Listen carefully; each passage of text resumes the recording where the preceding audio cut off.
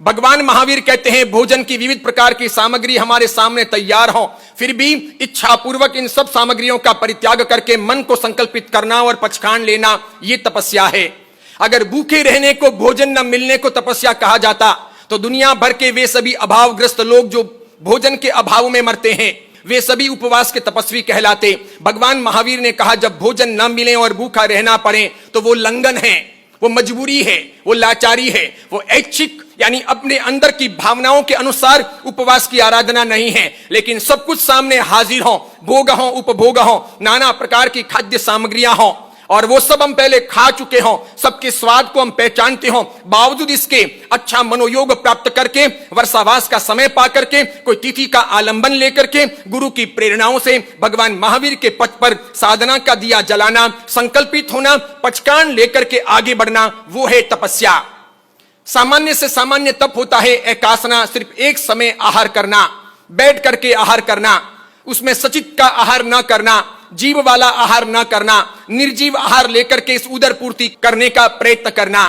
उससे आगे बढ़ना, स्वाद पर नियंत्रण करने के लिए, मन को साधने के लिए, रस परित्याग के लिए आंबिल करना, वो या तो नमक युक्त करना या बिना नमक का उत्कृष्ट आंबिल करना, लूखा सूखा भोजन करना, सब प्रकार के विगई का परित्याग करना, उसमें मिर्च नहीं, मसाले नहीं, दूध नहीं, घी नहीं, तेल नहीं, मक्खन नहीं, छाछ नहीं,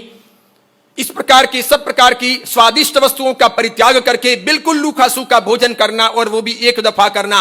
उसे कहते हैं आंबिल।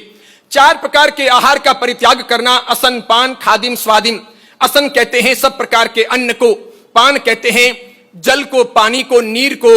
असन और पान के बाद में आता है खादिम, यानी वे खाद्य सामग्रियां जो भूख को पूरी तरह मिटाती तो नहीं, वे खाद्य सामग्रियां जो भूख को पूरी तरह मिटाती तो नहीं लेकिन थोड़े समय के लिए भूख को आगे बढ़ा सकती है, यानी पेय पदार्थ हो, सामान्य से जो कोई नाश्ते जैसे पदार्थ हो, पेय पदार्थ हो, यानी जूस इत्यादि हो, शरबत इत्यादि हो, जिनको पीने से थोड़े समय के लिए भूख आगे चली जाए, उसे कहते हैं खादिम। और स्वादिम यानी सब प्रकार के जो मुखवास हो, इस जीव को टेस्ट देते हो, भोजन के बाद में जो आरोग्य जाते हो। कई लोग तो पूरे दिन मुखवास खाते रहते हैं और इस कदर अपना जीवन सिर्फ भोजन ही भोजन के लिए और मनोवृत्तियों को पोषित करने के लिए लगा देते हैं। 4 प्रकार के आहार का परित्याग करके उपवास करना, वो हुआ चौविहार उपवास। लेकिन सिर्फ गर्म उबाला हुआ पानी लेना और 3 प्रकार के आहार का परित्याग करना, वो हुआ त्रिविहार उपवास। फिर धीरे धीरे 2 दिन के उपवास यानी बेला, 3 दिन के उपवास यानी तेला, 8 दिन के उपवास यानी 28,